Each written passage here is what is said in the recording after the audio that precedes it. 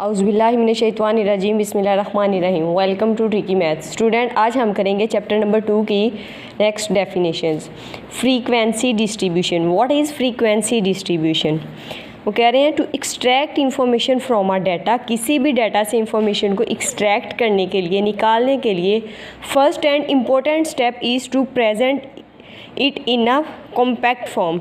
सबसे पहला जो इम्पोर्टेंट स्टेप है वो ये है कि उसको एक इम्पैक्ट फॉर्म में जो है वो करना है, उसको डिस्क्राइब करना है, उसको प्रेजेंट करना है। अब frequency distribution is a compact form of data. Frequency distribution जो है वो डाटा की क्या है, ये कम्पैक्ट फॉर्म है इन अ टेबल, जो टेबल में राइट किया जाता है, which displays the categories of the observation, जो किसी भी ऑब्जर्वेशन की कैटेगरीज को डिफाइन करता है according to their magnitudes and frequencies.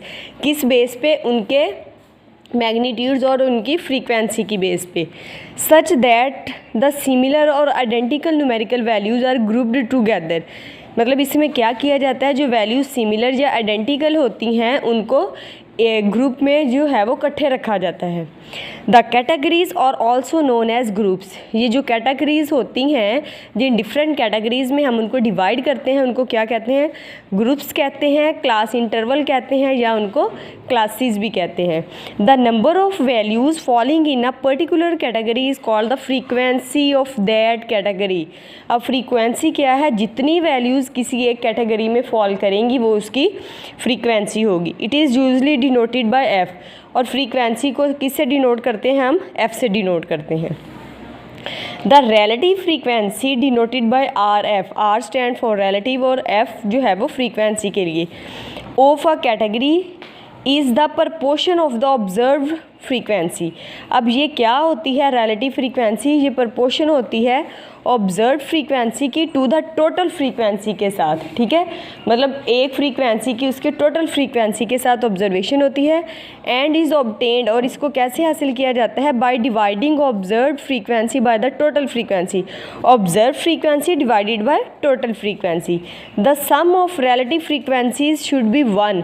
वो कह रहे हैं कि जो भी सम होगा फ्रीक्वेंसीज़ का टोटल, वो किसके इक्वल होना चाहिए? वो 1 के इक्वल होना चाहिए। एक्सेप्ट फॉर राउंडिंग एरर, मतलब कोई भी राउंडिंग एरर के अलावा इसकी जो टोटल होगी वो 1 के इक्वल आएगी। ये नहीं कि 0.8 0.9, मतलब राउंड ऑफ नहीं करना, वैसे जो है वो 1 के इक्वल आएगा। The relative frequencies are important for making. अब रिलेटिव फ्रीक्वेंसीज कहाँ की क्या इम्पोर्टेंस है, ये किस लिए यूज़ होती हैं? फॉर मेकिंग कंपैरिजन बिटवीन 2 और मोर डिस्ट्रीब्यूशन। ये 2 या 2 से ज़्यादा डिस्ट्रीब्यूशन के दरमियान कंपैरिजन के लिए यूज़ होता है। Otherwise the different sample sizes of the data sets में डिजॉर्ट कंपैरिजन। इसके अलावा क्या होता है, डिफरेंट सैम्पल साइजेज डाटा के होते हैं, उनको भी डिसॉर्ट कंपैरिजन वगैरह के लिए यूज़ किया जाता है। द फ्रीक्वेंसी डिस्ट्रीब्यूशन में be made for continuous data. ये किसके लिए बनाई जाती है? कंटिन्यूस डाटा के लिए। ठीक है, कंटिन्यूस डाटा वो होता है जो मतलब उसमें पॉइंट्स में भी वैल्यूज़ आपकी जो है वो फॉल करती हैं। डिस्क्रीट डाटा और कैटेगोरिकल डाटा। अब डिस्क्रीट डाटा वो होता है जिसको हम एक मतलब जो है वो प्रॉपर डिजिट में राइट करते हैं, जैसे लेट्स सपोज 1 2 3 वगैरह। ठीक है, और कैटेगोरिकल में उसकी कैटेगरीज आ जाएंगी, जैसे सेक्स हो गया, मेल फीमेल, इसी तरह जो है वो इसमें आइज़ कलर वगैरह, इस तरह की जो है वो चीज़ें आ जाएंगी। Following steps are taken into account while making a frequency distribution for continuous data. अब कंटिन्यूस डाटा जो है वो उसको बनाने के लिए फॉलोइंग स्टेप्स जो हैं हमें फॉलो करने होते हैं। फर्स्ट ऑफ ऑल, सबसे पहले उसकी रेंज फाइंड आउट करनी होती है। Calculate the range of the data. अब रेंज का फॉर्मूला क्या है? Range is equals to maximum value in the data minus minimum value. Maximum value हमने डाटा में देखनी है जो सबसे बड़ी वैल्यू होगी, और मिनिमम जो सबसे छोटी होगी, और उन दोनों का डिफरेंस फाइंड आउट करेंगे तो हमारे पास उसकी रेंज आ जाएगी। सेकेंड स्टेप क्या होता है जी? Decide about the number of classes. जो हमने फ्रीक्वेंसी डिस्ट्रीब्यूशन बनानी होती है, अब इसमें क्लासेस कितनी बनेंगी हमने उसके बारे में डिसाइड करना होता है। The minimum number of classes may B डिटरमन्ड bye the formula. मतलब क्लासेस जो हैं वो बहुत छोटी भी ना हो कि आपका सारा डाटा 1 या 2 क्लास में पूरा आ जाए, और वो इतनी बड़ी भी ना हो कि वो आपके पेज से बाहर निकल जाए। तो इसलिए क्लासेस जो है ना वो सूटेबल सी बनानी है, मतलब जो देखने में भी अच्छी लगे, जिसका ग्राफ भी अच्छा सा बन जाए, तो वही वो कह रहे हैं कि minimum number of classes may be determined by the formula. अब इसका फार्मूला क्या आएगा, C is equals to 1 + 3.3 log of n। 1 + 3.3 करेंगे log n क्या है, नंबर ऑफ़ ऑब्जर्वेशन, जितनी हमें ऑब्जर्वेशंस दी गई हैं उसका log लेंगे, उसको 3.3 से मल्टीप्लाई करके उसमें +1 कर देंगे, या C is equals to square root n, मतलब n जो हमें दिया हुआ है उसका स्क्वायर रूट ले लेंगे तो वो अप्रोक्सीमेटली जो है वो हमें पता चल जाएगा। मतलब ये पॉइंट्स में भी होगा ना 5.6, 6.7, तो उसको हम राउंड ऑफ कर सकते हैं, मतलब उसकी क्लासेस 5 बनेगी या 6 बनेगी। Where n is the total number of observation, अब n क्या है, वहाँ पे टोटल नंबर ऑफ़ ऑब्जर्वेशंस होगा। दिस गिव्स रफली द नंबर ऑफ़ क्लासेस, मतलब नंबर ऑफ़ क्लासेस इसमें रफली हमें पता चलती हैं। There are certain other formula suggested to decide the number of classes, वो कह रहे हैं कि और भी बहुत से फार्मूलाज वगैरह हैं जो इन क्लासेस को बनाने के लिए यूज़ होते हैं या सुजेस्ट किए जाते हैं। Classes are the group of data values, classes क्या होता है, वो ग्रुप होता है डाटा वैल्यूज़ का, कॉन्स्टिट्यूटिंग द फ्रीक्वेंसी टेबल, जो कि हमने फ्रीक्वेंसी टेबल में जो है वो पुट करनी होती हैं।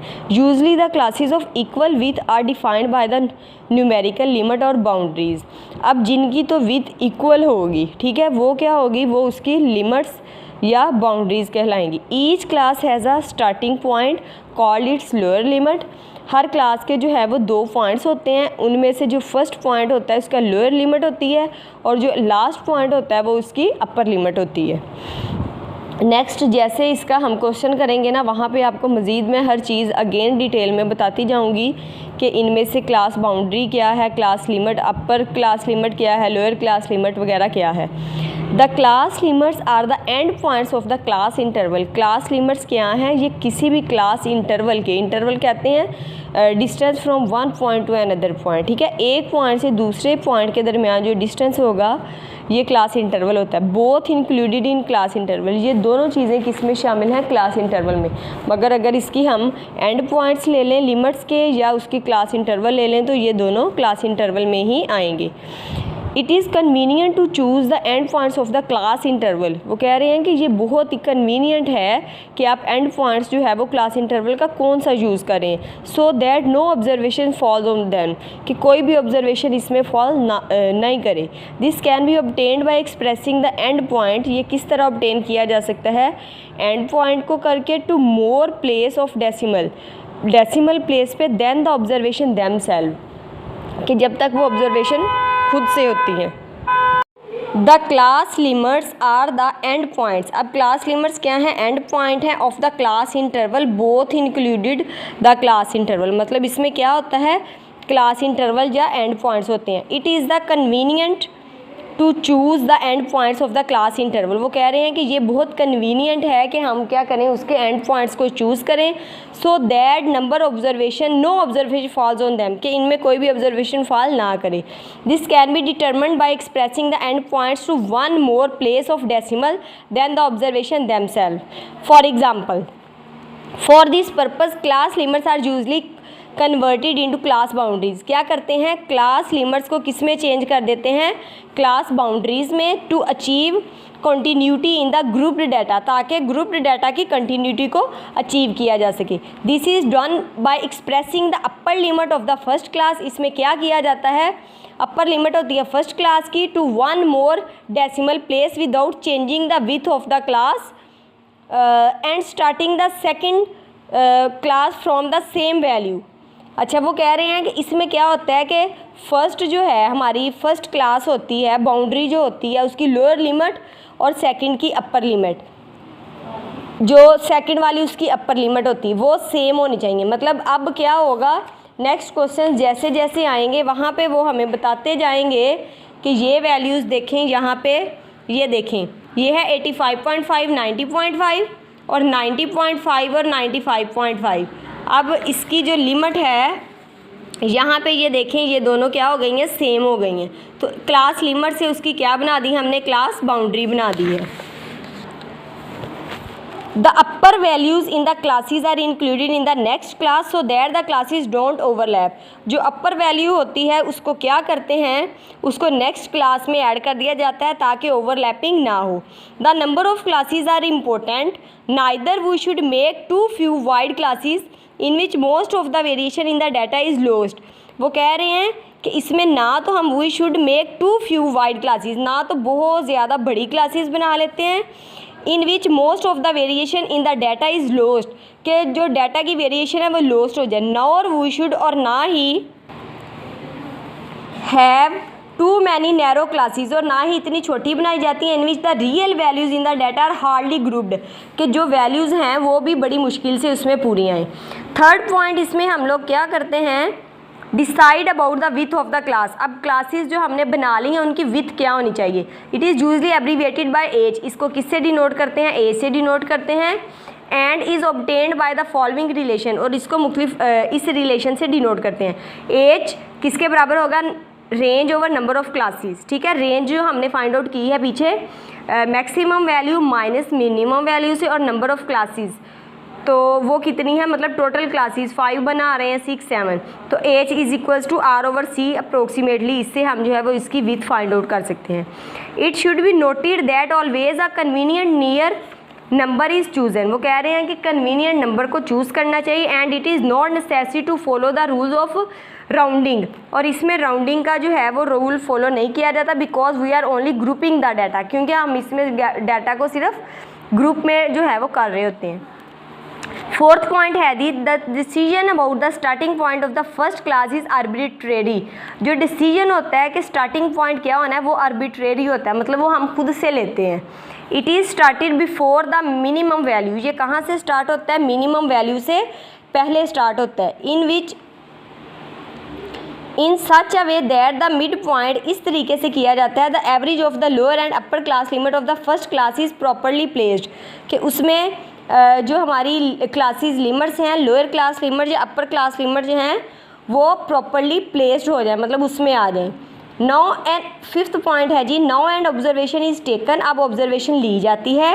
And mark a vertical bar, और वर्टिकल बार्स लगाई जाती हैं. Is made for a classes it belongs, किसके लिए, कि ये किस क्लास से बिलोंग कर रही हैं. Assuming tally is kept, tally निशान जो है, टैली मार्क लगाया जाता है द लास्ट ऑब्जर्वेशन तक. द टैली मार्क काउंट इस तरह, मतलब 1 2 3 4 और फिफ्थ वन जो है वो यूँ काउंट किया जाता है. इंडिकेट्स 5, तो फिफ्थ वाली जो वैल्यू है वो इस तरह जो है वो डिफ़ाइन की जाती है